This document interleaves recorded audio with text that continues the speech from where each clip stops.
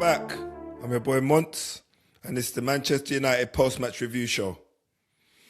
Another game at Old Trafford, 24 days off, facing Leeds who are in a relegation battle, and United are poised to cement their place in Champions League spots for next season. What could go wrong?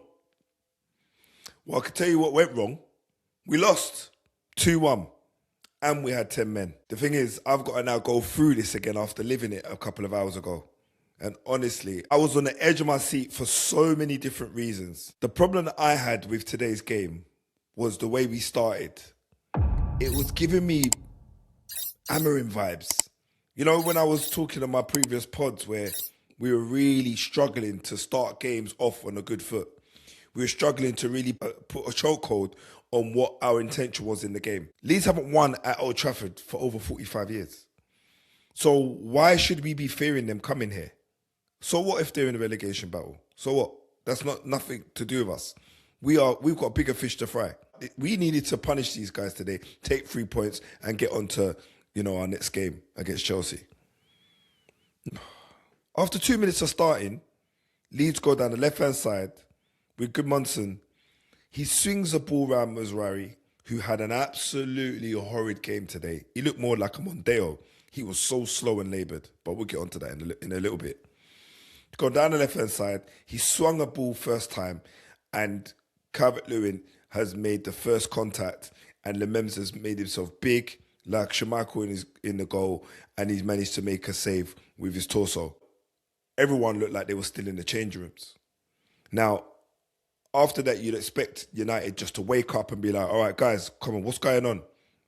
3 minutes later, they go down the right-hand side with Bogle. He gets past Shaw, whips the ball round, and this time, Calvert-Lewin is going in the air with Lenny Yoro.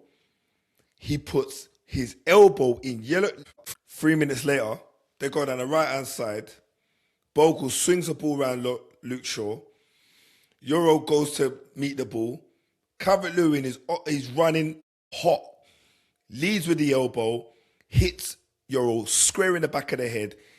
Yoro's on his back. And Okafor's there to volley the ball past Lemens. It's 1-0 Leeds. 5 minutes. 5 minutes. Come on, man. At this point, I'm shell-shocked, vexed, and I'm out of sorts. I don't know what's going on. We've had 24 days off. 24 days to prepare for this. You can't be coming in and conceding against a team at that end of the table in the first 5 minutes. We haven't even laid a glove. I don't even know if we touched a blade of grass in their area. We look second in midfield. We're trying to go around the outside with Ahmad and Cunha. Cunha's picking up a yellow for simulating. Ahmad is going inside. He's normal cutting with his left and having a shot on goal. They're clearing their lines. We can't really string 2 or 3 passes together in the middle. We're trying to do the little intricate passes in small spaces. Passes are being either underhit or overcooked. We're trying to do passes from deep with the likes of Bruno, Casemiro, even Mazraoui, trying to pass the ball from deep over the defensive line of Leeds, where they had a back five. Those passes are being overhit time and time again. The madness just didn't seem like it was going to cease at all whatsoever. And at this point, Ugarte's chasing shadows. He genuinely looks like a PS5 controller where the analog's on drift constantly. You know the ones where my man's just running around in circles. He's not really doing nothing. You've got Mazraoui that every time Gudmundsson or Okafor get the ball a little wide, or even Tanaka gets the ball and they're pulling wide, he doesn't want to get out to them. He doesn't want to press close the space. You got a frustrated Casemiro and Bruno putting to him, telling him to get out there. But he's standing right on top of Euro almost. It's so frustrating. Like the footballing fundamentals are, if you got someone that can really whip a ball in from, deep or any position on the flanks, you don't give them the space. He just looks so slow today. And that goes for a lot of people around the pitch. I think my concern was that we didn't look like we were going to score. Yeah, right, cool. There were some promising moments where we were going forward and you looked like we had a bit of control, and then it would just break down in the final third. We lacked that kind of real threat in that area of the pitch. Leeds area, the offensive third. We lacked a real threat. Sesko, for me, shouldn't have started. He's my super Slovenian sub. He isn't a starter. That phrase I made for him means he needs to be a substitute, Carrick. That game today for me, and I think one of my cousin was saying today also, and I had to agree with him, Xerxes, this was a game for him to start. Because Mbeumo, as per Carrick's press conference last week, or not last week, but a little while ago, he basically said that Mbeumo has been struggling with injury and he's been struggling for fitness, and you can see that in his form. He hasn't just looked right. He hasn't looked like what he did, say, before Christmas, where he was just lighting things up.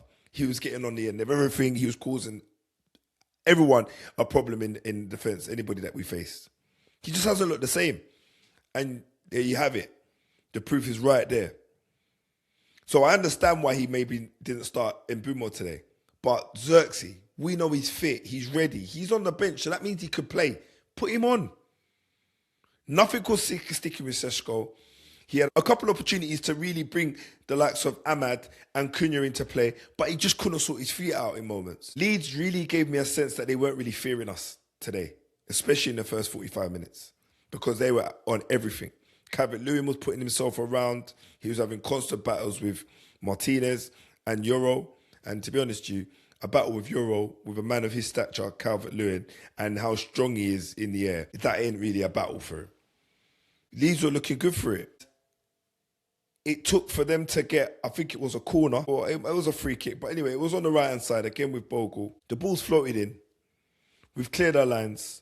Not once, not twice, not 3 times, but 4 times we've tried to clear our lines. And just so happens, the ball falls to Okafor on the edge of the box. He hits it on a volley again. A naughty deflection takes it past Lemems. It's 2-0 to Leeds. And this is after trying to clear your lines for 2 or 3 moments. Mate, you just got to put your foot through it. You're playing like kids. Put your foot through it. Put it up the pitch. Reset. Start again. Like, there's nothing wrong with just putting the ball out in moments where you feel like you're under a little bit of strain. And I feel like we try to be too cute with the ball in them dangerous areas, and we've been punished. So Leeds are now 2-0 up. It's 30 minutes gone in the first half. United don't even look like we're putting a glove on them.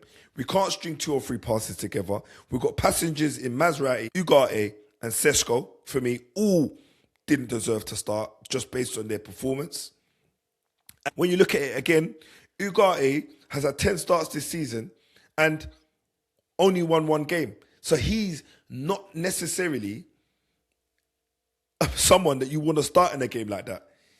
Not in a game that's going to be a dogfight.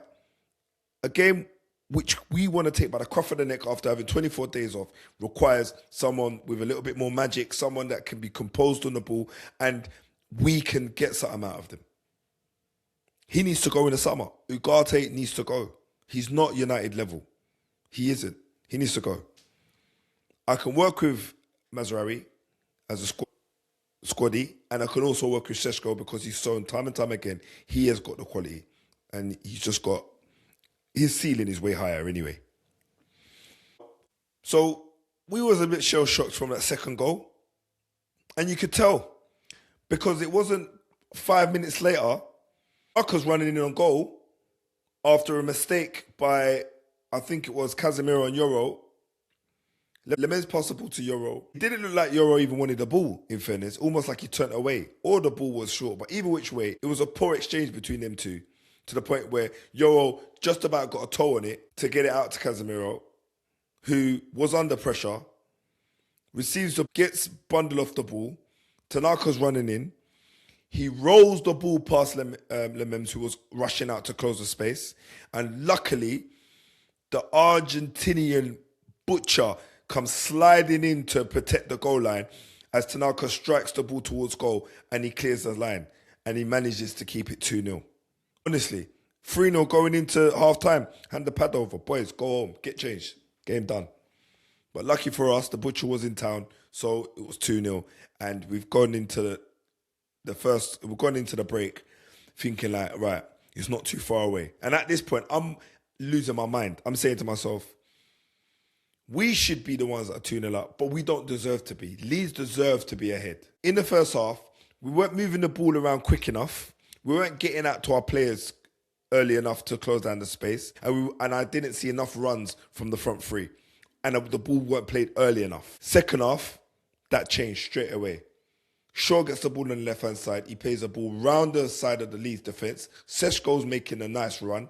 He cuts the ball back in on his right, through the defender's legs. And lucky for Leeds, their keeper in Dalot closes the space down and Sesko couldn't lift it above him. Now, I've got to be honest.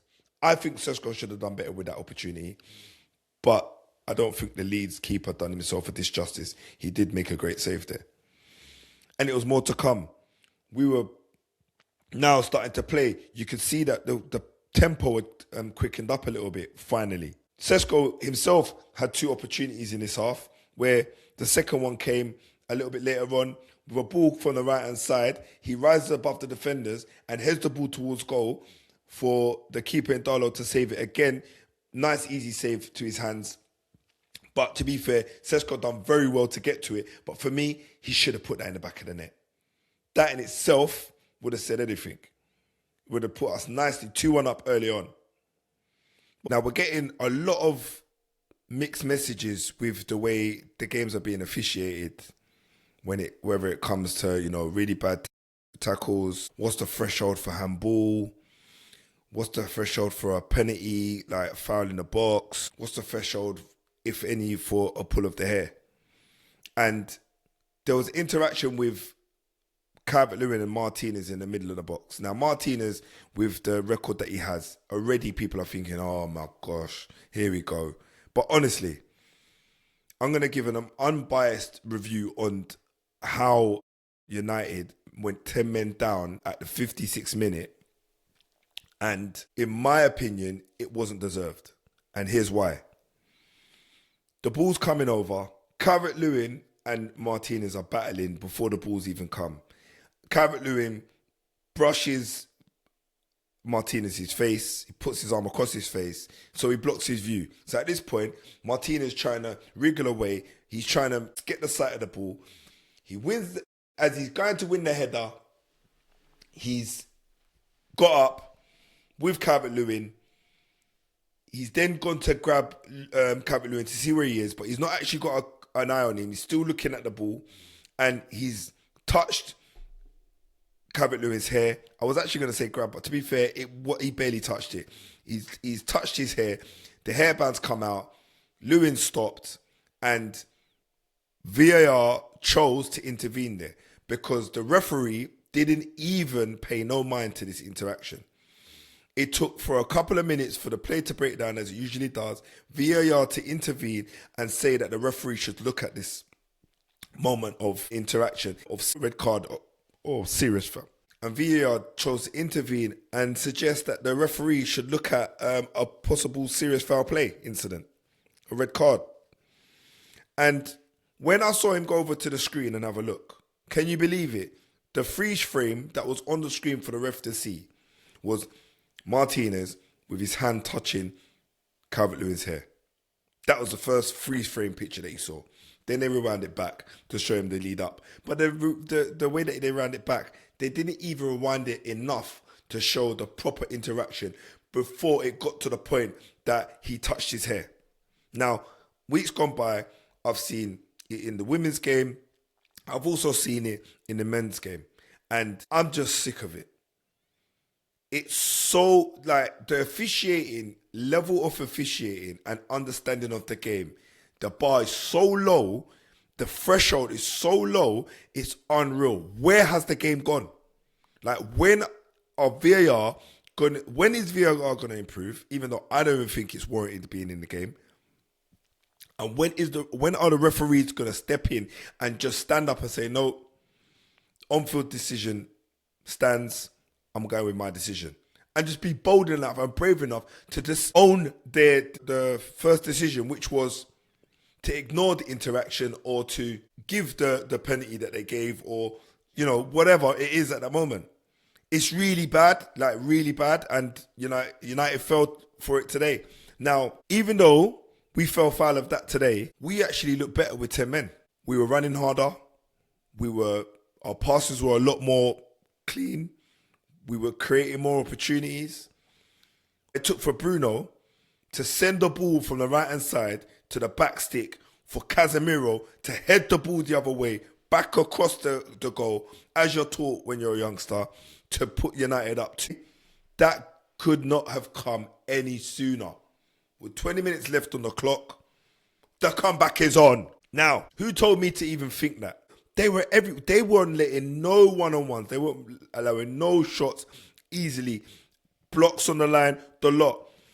It fell to the last 9 seconds of the game.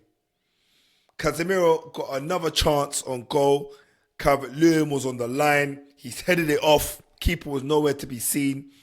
The ball then drops to Ugarte, who volleys the ball towards goal. Calvert-Lewin's there again, clearing the lines. The game ends 2-1. Too often this season have United played woefully and ended up dropping points. And this was another day at Old Trafford with that exact same result. We need to fix things ASAP. I just need them to do a couple of things. Firstly, get Manu fit for next week against Chelsea, alongside appealing Martinez's red card today so that he's ready also. Consider taking Sesko out and putting Xerxes in. And Ugarte, if Manu's not fit, get him out of there. Play Mount and Bruno if you have to, 2 number 8s. And we'll just have to keep that moving. See how that works in there. Because we can't have Ugarte stinking out the joint again. We really can't. That won't work against Chelsea. We need to take the game to them, and we need to get 3 points and focus on our next game. There's only 5 games left. 6 games left. Like, there's not much left in the season, but we need to cement our place in Champions League for next year, because summer, we need an overhaul. Now, before you go, if you're still with me, which I hope you are, and I know you are, because you lot are loyal, click that subscribe button, share it in all your football groups and with the family that like to watch footy. Press that thumbs up. Make sure you comment, and I'll see you next week. Peace.